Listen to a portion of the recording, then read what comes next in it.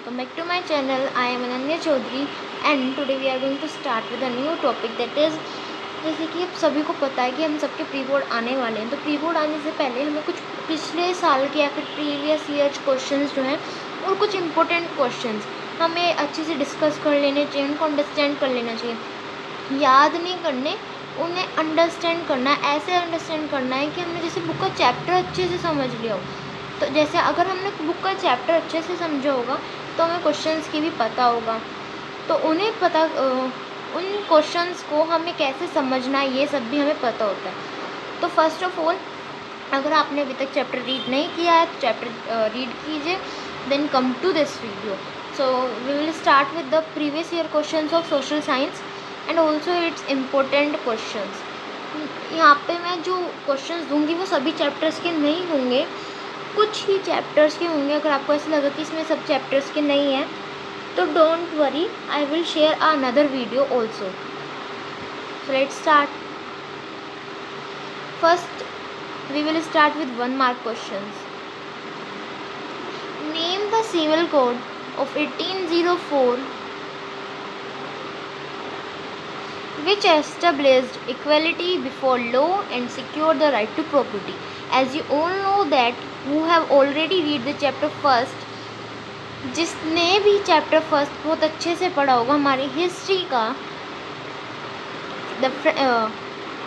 वो रिवॉल्यूशन वाला जिसने भी पढ़ा होगा उसको ये क्वेश्चन बहुत अच्छे से आता होगा। और it is a very very easy question. इसमें हमें बताना है जो सिविल कोड था हमारा 1804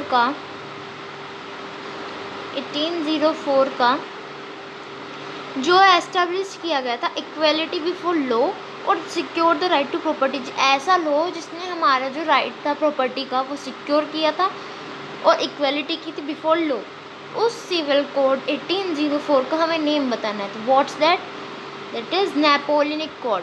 इसका नाम नेपोलियनिक कोड क्यों है ये आप सभी को भी पता होगा। इसलिए है क्योंकि ये नेपोलियन जब आया था, नेपोलियन बोनापार्टे उसने जो सिविल कोड रखा था उसने अपने नेम से रखा था, उसने अपने नेम के ऊपर रखा था, क्योंकि वो नेपोलियन बोनापार्टे ने जो लॉज बनाए थे, जो कोड बनाया था, उसका नाम उसने अपने ही नाम के ऊपर रखा था। जैसे कि आपने बहुत सारे साइंस में भी देखा होगा, बहुत से साइंटिस्ट हैं, जैसे गोल्गी अपार्शस हमारा साइंस में एक ऑर्गन वगैरह है, साइंटिस्ट ने अपने ऊपर रखा है। यानी कि कुछ भी हमारा इंस्ट्रूमेंट होता है वैसे तो साइंटिस्ट अपने नाम पे रख देते हैं। ऐसे ही इसमें नेपोलियन बोनापार्टे ने ये जो कोड बनाया था उसने अपने नाम पे रखा था। Then the first question is done. Move to the second question. Write the temperature requirement of maize grow. ये आपका ज्योग्राफी का चैप्टर नंबर 4 में से है, विच इज़ एग्रीकल्चर। आपने अगर एग्रीकल्चर चैप्टर पढ़ा है तो आप इसका आंसर बहुत अच्छे से दे सकते हैं। तो इसका आंसर मैंने यहाँ पे लिखा है already, 21 degree Celsius to 27 degree Celsius. तो हमें जो मेज ग्रोव को जो रिक्वायरमेंट होती है टेम्परेचर की, वो बताना था यहाँ पे। तो मेज ग्रोव का टेम्परेचर क्या होता है, जितनी रिक्वायरमेंट मेज ग्रोव को टेम्परेचर की होती है वो क्या होता है, वो कितना होता है? तो वो होता है हमारा 21 degree Celsius to 27 degree Celsius. I hope you get that in these 2 question. Important है, मैंने 2020 वाले बोर्ड क्वेश्चन पेपर में से ये दोनों क्वेश्चंस लिए हैं। So don't worry, these are also important. Next, write the amount of annual rainfall required for the cultivation of wheat. अब जो हम व्हीट उगाते हैं यानी कि गेहूँ उगाते हैं, उसके लिए एनुअल रेनफॉल की कितनी अमाउंट हमें रिक्वायर्ड होती है व्हीट के लिए। किसके लिए? व्हीट के लिए। ऐसे ही हमें अमाउंट बतानी है एनुअल रेनफॉल की जो रिक्वायर्ड होती है हमारी व्हीट की कल्टीवेशन के लिए। तो वो होती है हमारी 50 सेंटीमीटर टू 75 सेंटीमीटर। और ये क्वेश्चन भी हमारा ज्योग्राफी के चैप्टर 4 में से है, विच इज़ एग्रीकल्चर, जो मैं पीछे बता चुकी हूँ। नेक्स्ट है हमारा, suggest any one way to make political parties more responsive to the people's need and demand.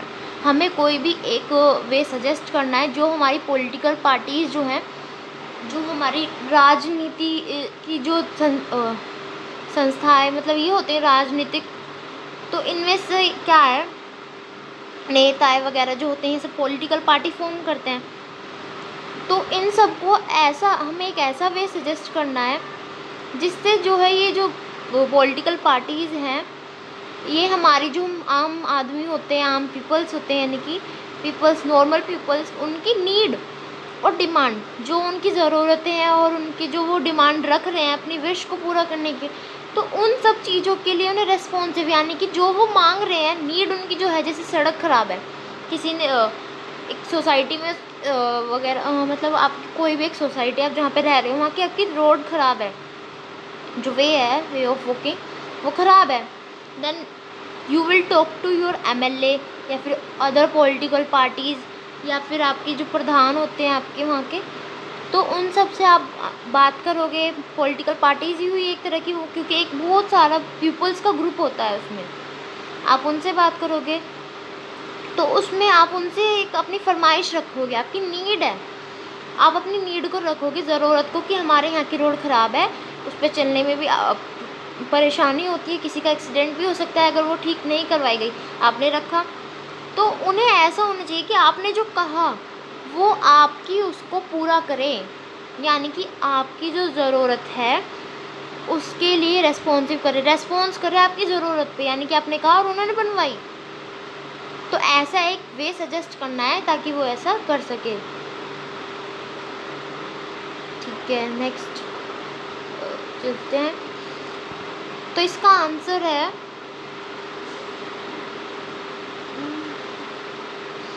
It should be made mandatory for political parties to give a minimum number of tickets about 1/3 to women candidate, यानी कि ये it should be made mandatory, mandatory मतलब ज़रूरी होता है for political parties to give मतलब एक number of tickets, कम मिनिमम, ज़्यादा नहीं, मतलब कम से कम टिकट्स वुमेन कैंडिडेट को दी जाए, यानी कि 1/3 ऑफ वुमेन कैंडिडेट, जो हमारी वुमेन कैंडिडेट्स होती हैं जब इलेक्शंस होते हैं तो उसमें हमारे कैंडिडेट्स होते हैं, तो उनमें से जो वुमेन कैंडिडेट्स होती हैं 1/3 जो है, यानी कि जब हमारे इलेक्शंस होते हैं अधिकतर यही होता है कि जितने भी हमारे इलेक्शंस होते हैं उनमें सब मैन होते हैं, मैन हमेशा इलेक्शन लड़ते हुए आपने देखा होगा अपने इलाके में भी। तो ये क्या है, इसमें बोला जा रहा है कि जो हमारी 1/3 ऑफ वुमेन होते हैं कैंडिडेट, वुमेन कैंडिडेट्स को मिनिमम नंबर ऑफ टिकट्स हमें देनी चाहिए, कम से कम हमें 1/3 ऑफ टिकट्स जो है वुमेन कैंडिडेट को देनी चाहिए। तो ये मैंडेटरी होना चाहिए पॉलिटिकल पार्टीज़ का कि उसमें जो है हमारी 1/3 मतलब हमारी जो मिनिमम नंबर होती हैं टिकट्स का, कम से कम टिकट्स हमें 1/3 ऑफ वुमेन को देनी चाहिए। ठीक है, नेक्स्ट क्वेश्चन है suggest any one way to promote public participation in the political parties for enhancing the equality of democracy. इसमें भी हमें एक ऐसा वे सजेस्ट करना है जिसमें जो पब्लिक पार्टिसिपेशन होता है हमारा पॉलिटिकल पार्टीज़ में फॉर एनहेंसिंग द इक्वालिटी, मतलब हमारी जो डेमोक्रेसी की क्वालिटी है उसको एनहेंस करने के लिए ऐसा वे हमें सजेस्ट करना है कि जो पब्लिक पार्टिसिपेशन होता है हमारा पॉलिटिकल पार्टीज़ में उसको प्रमोट करने के लिए एक वे सजेस्ट करना है। तो इसका क्या हो सकता है, इसका है हमारा बाय रिमूविंग और working on the challenge of lack of internal democracy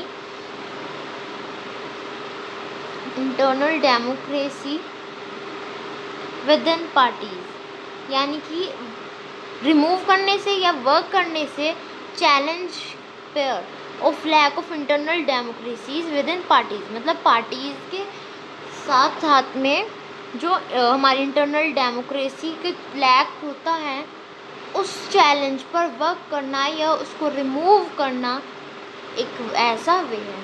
so next move, सो अब है हमारे 3 मार्क्स वाले क्वेश्चंस। 1 मार्क्स के हम कर चुके हैं। ज़्यादातर आपने देखा होगा आपके जो एग्ज़ाम्स होते हैं उनमें भी क्या होता है, एक तो हमारे पहले 1 मार्क क्वेश्चंस आते हैं जो कि या तो हमारी MCQ फॉर्म में होते हैं या फिर सिंपल 1 वर्ड या तो सिंपल 1 वर्ड में होते हैं या फिर MCQ जिसमें आपको टिक मार्क करने होते हैं। एंड देन हमारे 2 मार्क्स क्वेश्चंस भी होते हैं जिनको हम वेरी शॉर्ट बोलते हैं। देन 3 मार्क्स होते हैं जिनको हम शॉर्ट क्वेश्चंस बोलते हैं। फिर आते हैं हमारे 4 मार्क्स के, आपने कम ही देखे होंगे, 4 मार्क्स की ज़्यादातर केस स्टडी आती है। देन हमारी 5 मार्क्स की आती हैं हमारे लॉन्ग क्वेश्चंस, और ज़्यादा भी नहीं आते, 2 या 3 ही आते हैं जो कि 5 मार्क्स के होते हैं। तो मैं आपको पैटर्न भी शेयर करूँगी जल्दी। Let's 3 marks question, describe the implications of first world war on the economic and political situation of India.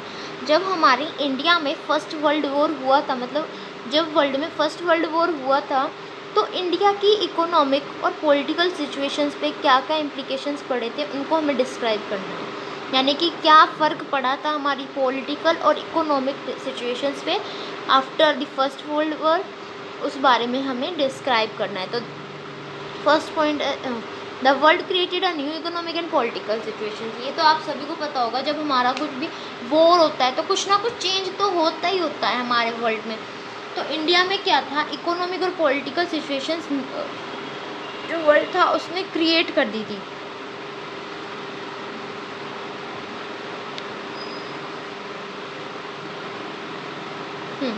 It led to a huge increase in defense expenditure, which was financed by war loans and increasing taxes, custom duties raised, income tax was introduce. यानी कि जब हमारा first world war हुआ था, जब भी war होता है यानी कि तो हमारे पास कुछ ना कुछ किसी न किसी चीज़ की कमी पड़ जाती है। तो उसे पूरा करने के लिए क्या किया था हमारी जो तो क्या हुआ था उसमें, हमारे जो लोन्स थे और टैक्सेस थे, जो भी हमारे वॉर में हमने जो भी, मतलब जब वॉर होता है तो लोन भी लेने पड़ते हैं। हम कोई बम बना रहे हैं, like nuclear bomb is was making और एट दैट टाइम, तो न्यूक्लियर बम बनने के लिए भी हमें पैसे चाहिए होंगे उसमें सामान लगाने के लिए। तो उसमें क्या था, उन लोन्स को पूरा करने के लिए टैक्सेस इंक्रीज़ हुए थे, कस्टम ड्यूटीज़ बढ़ गई थी, और हमारा जो इनकम टैक्स था वो इंट्रोड्यूस कराया गया था। तो ये सब हमारे फर्स्ट वर्ल्ड वॉर के बाद हुआ था। During the war years prices increase, doubling between 1913 and 18, leading to extreme hardships for the common people. यानी कि जब हमारे जो वॉर हुआ था, मान लो हमारा वॉर हुआ था, कुछ साल हुआ, वॉर ईयर्स के बराबर, मतलब 2 to 3 ईयर्स, मतलब हमारी लड़ाई चल रही थी किसी दूसरे उससे। तो वर्ल्ड वॉर जो हुआ था उसमें मान लीजिए 2 to 3 ईयर्स हमारी हुई थी। उस बीच में उन 2 से 3 साल में क्या हुआ था, जो हमारा जो भी हम सामान ले रहे थे, यानी कि लाइक अ बिस्किट 5 रुपीज़ का है, वो हमारा 10 या फिर 15 रुपीज़ में क्या हो गया, बढ़ गया है उसका प्राइस। जो 5 रुपीज़ का बिस्किट था वो उस टाइम पे हमारा 10 या फिर 15 रुपीज़ में क्या हो रहा था, बिक रहा था। किस टाइम के बीच में, 1913 to 1918 के बीच में, ड्यूरिंग द वॉर ईयर्स। यानी कि फर्स्ट वर्ल्ड वॉर हमारा इसी के पास हुआ था 1913 के करीब। तो इन सालों के बीच में 1913 to 1918 के बीच में जो हमारे प्राइजेस थे हमारी चीज़ों के, यानी कि कुछ भी हम खरीद रहे हैं, बिस्किट, क्लोथ्स वगैरह, हमारी जो नीडी थिंग्स थी, रिक्वायर्ड थिंग्स थी, उनको हम खरीद रहे हैं, तो उनके प्राइजेस क्या थे, डबल हो गए थे, इंक्रीज़ हो गया था उनके प्राइस में, डबल हो गए थे। यानी कि 5 का है तो कितने का मिलेगा, 10 का, 5 का होने के बाद 10 का मिल जाएगा। ठीक है।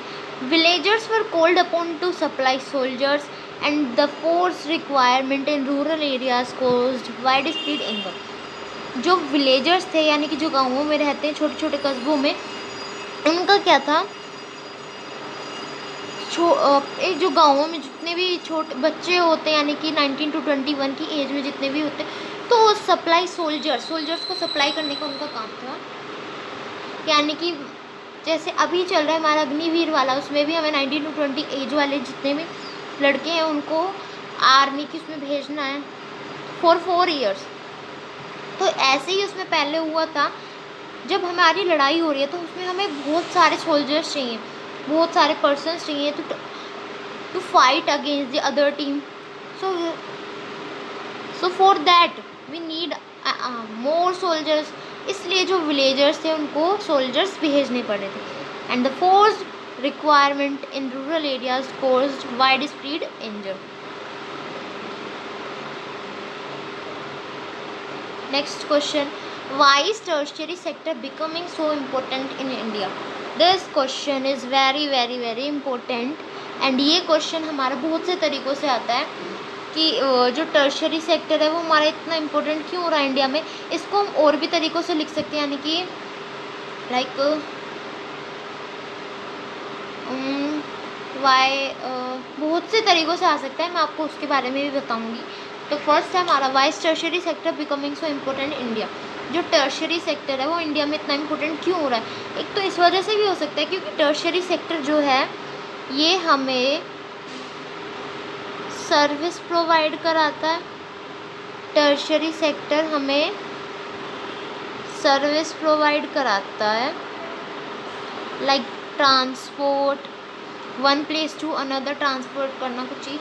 Tertiary sector has become important in India because the demand for services such as transport, trade, storage will increase with the development of primary and secondary sectors. Other reason is the fact that demand for shopping, tourism, etc. यानी कि जो tertiary sector वो हमारे India में इतना important इसलिए हो रहा है क्योंकि जो हमारी डिमांड सर्विसेज को लेकर कुछ, जैसे कि हमने कुछ फैक्ट्री से बिस्किट बन के आ रहे हैं, उनका ट्रांसपोर्ट कराना है टू अनदर सिटीज़. एक सिटी से दूसरी सिटी तक हमें सामान पहुँचवाना है. लाइक हमारी असम में टी बहुत फेमस है, असम की टी, तो वहाँ से ट्रांसपोर्ट होकर किसी और जगह जा रही है. लाइक मान लो हमने यूपी में वो असम वाली टी मंगाई है, तो वो वहाँ से यहाँ पर ट्रांसपोर्ट होगी. उसके लिए भी हमें टर्शरी सेक्टर की नीड हुई. उसमें क्या हो रहा है, ट्रांसपोर्ट हो रहा है, ट्रेड हो रहा है. हमने लाइक हमारा फिर स्टोरेज, हमारी जो सब्जियाँ होती है जैसे वो ख़राब ना हो तो हमें वेयर हाउसेज में उन्हें स्टोर कराते हैं. तो इन सब में क्या है, ये सब एक इंक्रीज़ हो रहे हैं क्योंकि जो हमारी प्राइमरी और सेकेंडरी सेक्टर है इनमें डेवलपमेंट इंक्रीज़ हो रहा है. इसलिए हमें क्या है, यानी कि ये सब जो हमारी नीड्स हैं ये इंक्रीज़ हो रही हैं हमारे प्राइमरी और सेकेंडरी सेक्टर के डेवलपमेंट के साथ. और अदर रीज़न ये भी है कि जो हमारी डिमांड्स हैं टूरिज़्म की, शॉपिंग की, एट्सेट्रा जितनी भी हैं, ये सब क्या है, हमारी क्या है नीड्स हैं. इन सब को पूरा करने के लिए टर्शरी सेक्टर बहुत ज़्यादा इंपॉर्टेंट हो रहा है. हमारी जितनी भी नीड्स हैं सब में टर्शरी सेक्टर की नीड है. सिर्फ ये क्वेश्चन बहुत ज़्यादा ईजी भी है और इम्पोर्टेंट भी है. और ये मैं आपको एक बात बता देती हूँ, ये जो क्वेश्चंस हैं मैंने सभी एवरग्रीन में से लिए हैं. मतलब इनमें से कुछ मेरे एवरग्रीन के क्वेश्चंस भी हैं और कुछ इनमें से मेरे 2020 वाले सैम्पल पेपर नहीं, 2020 वाला बोर्ड का क्वेश्चन पेपर था, मैंने उससे लिए. ठीक है, एवरग्रीन की सेल्फ स्टडी भी बेस्ट है, आप उसे भी यूज़ कर सकते हैं. उसमें आपको हर चीज़ मिल जाती है एनसीईआरटी सॉल्यूशन के साथ ही विद माइंड मैप्स. तो आई प्रेफर्ड यू कि आप एवरग्रीन सेल्फ स्टडी लें जिसमें आपको माइंड मैप्स भी मिल जाते हैं, इंपॉर्टेंट डेट्स का मैप भी मिल जाता है. इम्पोर्टेंट डेट्स भी आपको उसमें देखने को मिल जाती हैं. इम्पोर्टेंट क्वेश्चंस भी जो आपके प्रीवियस ईयर क्वेश्चंस हैं वो भी उसमें मिल जाते हैं. हर तरह के क्वेश्चंस आपको उसमें मिल जाते हैं.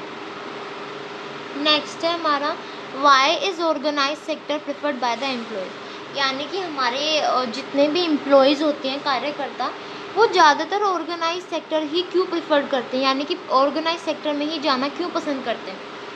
क्योंकि an organise sector covers those enterprises or places of works where the terms of employment are regular and therefore people have assured work.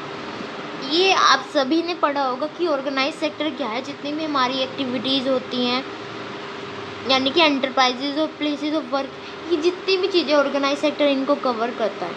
And इनमें क्या है, हमारा रेगुलर वर्क होता है, एम्प्लॉयमेंट जो है वो रेगुलर होता है, यानी कि, और पीपल्स के पास एश्योर्ड वर्क होता है. They are registered by government, ये गवर्नमेंट के द्वारा रजिस्टर्ड किए जाते हैं, यानी कि चलाई नहीं जाती गवर्नमेंट के द्वारा, लेकिन गवर्नमेंट के द्वारा रजिस्टर्ड की जाती है। और जितने भी इसमें रूल्स एंड रेगुलेशंस होते हैं वो सभी को फॉलो करने होते हैं। लाइक जैसे कि आप अनऑर्गेनाइज सेक्टर देख लीजिए, उसमें क्या है, हमारे कोबलर्स वगैरह होते हैं, क्या वो रूल्स एंड रेगुलेशंस फॉलो करते हैं कि उन्हें फॉर्मल ड्रेस ही पहननी है? नहीं। एंड देन उन्हें डेली आना है? नहीं। उन्हें मंथली सैलरी मिलेगी, यानी कि हर महीने के एंड पर उन्हें सैलरी मिलेगी। At the end of every month they will get salary. No, there is no rules and regulations. यहाँ पे क्या है, उन्हें डेली उनकी वेजेस होती हैं, यानी कि आप कोबलर के पास रोज़ कोई ना कोई अपना कुछ ना कुछ सीख कराने आ रहा है, तो उसको उसके डेली पैसे मिल जाते हैं। लाइक एक मैकेनिक के, कार मैकेनिक जिसका गैराज है, कार्स रोज़ आती हैं, ये थोड़ी ना कि वो मंथली उनसे पैसे लेता है, नहीं ना। तो ये सब क्या है, ये सब हमारे अनऑर्गेनाइज सेक्टर में आते हैं। लेकिन अभी हम बात कर रहे हैं ऑर्गेनाइज सेक्टर की। ऑर्गेनाइज सेक्टर में ऐसा नहीं होता है, उसमें होता है हमारे रूल्स एंड रेगुलेशंस फॉलो करने पड़ते हैं हमारे। और क्या होता है, हमारी जो सैलरी है वो हमारे at the end of every month we get the salary. और कुछ लॉज जो है हमारे इंट्रोड्यूस कराए गए, like factories act, minimum wages act, payment of gravity act, shops act etcetera. They are called organise sector because they have some processes and procedures. Next, तो यहाँ पे जो थी हमारी, इतने ही क्वेश्चंस थे आज की वीडियो में। आई होप आपको अच्छे लगे हुए क्वेश्चंस, और अगर आपको अच्छे लगे तो आप मुझे कमेंट सेक्शन में बताना कि मैं और भी सब्जेक्ट्स की प्रीवियस ईयर क्वेश्चंस पर वीडियो बनाऊँ। तो please do support me and also like my video by and also support me by click on the subscribe button. Thank you just for watching.